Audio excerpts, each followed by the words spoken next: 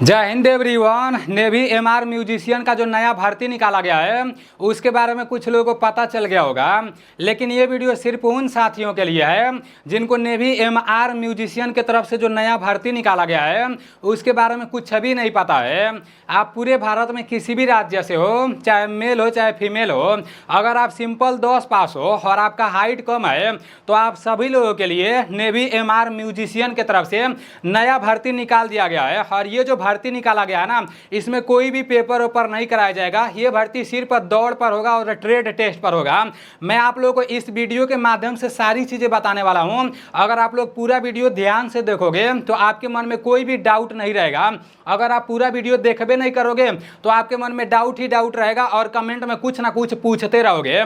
इस वीडियो के माध्यम से मैं आप सभी लोगों को ये बताने वाला हूं कि इस भर्ती का ऑनलाइन कितने तारीख से कितने तारीख के बीच में कराया जाएगा और इसमें दौड़ कितना कराया जाएगा, इसका सिलेक्शन प्रोसेस क्या रहने वाला है, सारी चीजें मैं आप लोगों को बताने वाला हूं।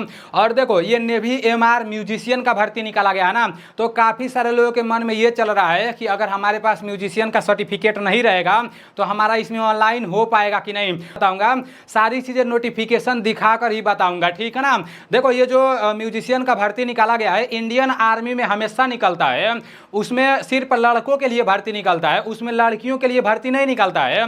लेकिन ये जो इंडियन नेवी में म्यूजिशियन का भर्ती निकाला गया ना, तो इसमें मतलब लड़कियों के लिए भी बताया जा रहा है, तो ये काफी अच्छी बात है। तो नेवी एमआर म्यूजिशियन भर्ती के बारे में जो कुछ भी बताने जा रहा हूँ, इसका पूरा का पूरा नोटिफिकेशन मैं अपने टेलीग्राम चैनल में भेज दूंगा।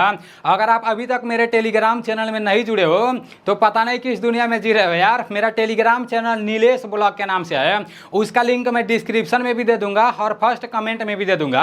आप लोग फटाक से जाकर मेरे टेलीग्राम चैनल में जुड़ जाना। ऐसी कोई भी भर्ती निकाली जाएगी तो इसका पूरा आसान भाषा में सारी चीजें मैं अपने टेलीग्राम चैनल में भेजा करूंगा, ठीक है ना। वहां से आप लोगों को सारी चीजें पता चल जाएंगी।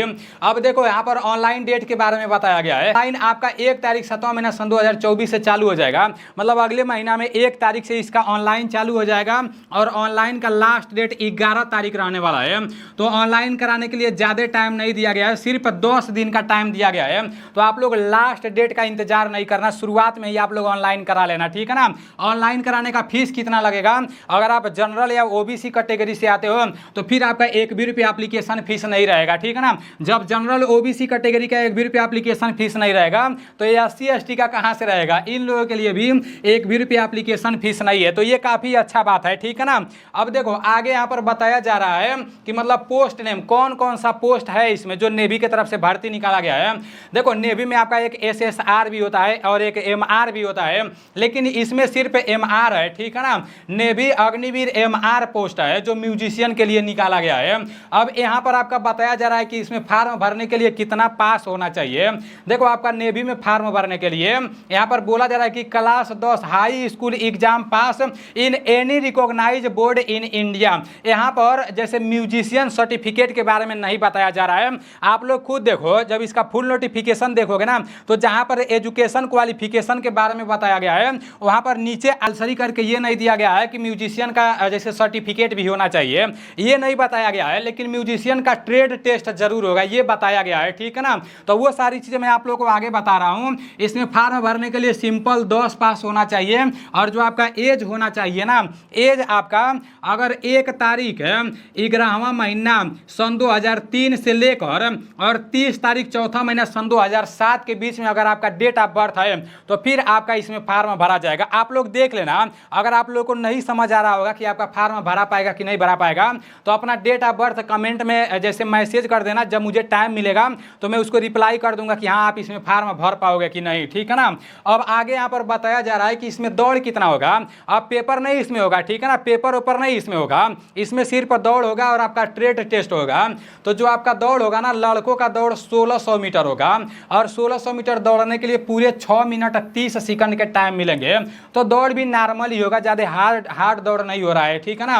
और लड़कियों का दौड़ आपका 1600 मीटर होगा, लड़कियों का दौड़ भी 1600 मीटर होगा और इन लोगों को दौड़ने के लिए 8 मिनट का टाइम मिल रहा है, ठीक है ना। जब दौड़ हो जाएगा तो आपका उठक बैठक होगा।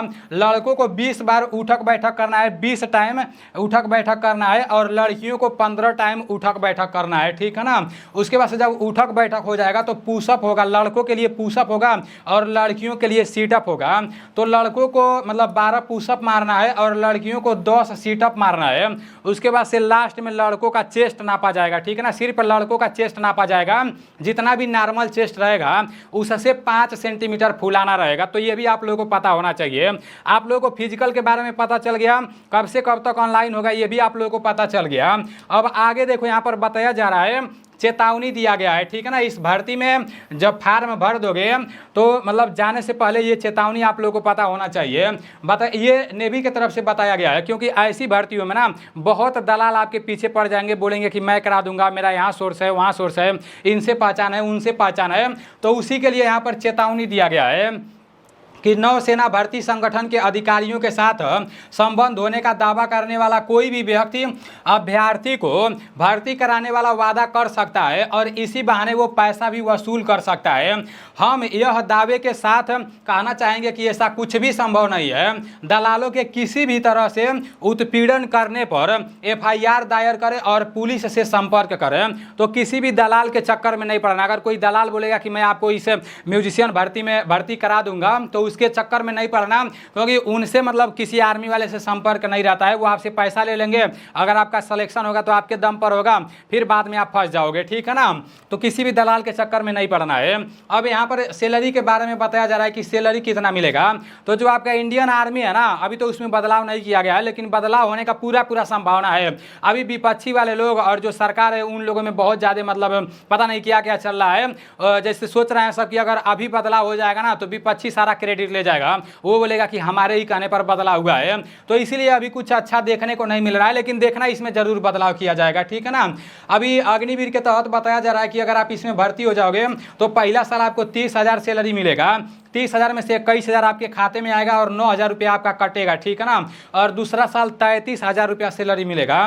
33,000 में से 23,100 रुपया आपके खाते में आएगा और 9,900 रुपया आपका कटेगा। तीसरा साल आपका 36,500 रुपया मिलेगा, जिसमें से 25,550 रुपया आपके खाते में आएगा और आपका 10,950 रुपया कटेगा। उसके बाद से चौथा साल 40,000 मिलेगा, जिसमें से 28,000 आपके खाते में आएगा और 12,000 रुपया कटेगा, ठीक है ना। और ये जो पैसा कटेगा ये एक ही बार मिलेगा, जब आप रिटायर हो जाओगे ना तो उस टाइम मिलेगा, वही आपका 10 से 11 लाख रुपया मिलेगा, ऐसा बताया जा रहा है। तो आप लोग को ये सारी चीज़ें पता चल गई हैं कि इसमें मतलब एज कितना होना चाहिए। हाइट में आप लोग को बता दे रहा हूँ, नेवी में लड़कों का हाइट 157 सेंटीमीटर लगता है और लड़कियों का हाइट 152 सेंटीमीटर लगता है। तो इतना हाइट तो सभी लोग का होगा जितना लोग फौज का सपना देखते हैं। तो हाइट वेट का कोई प्रॉब्लम नहीं है, ठीक है ना। अब देखो आपको बता रहा हूँ, यहाँ शॉर्ट लिस्टिंग बताया जा रहा है, मतलब भर्ती किस तरह से आपका इसमें कराया जाएगा।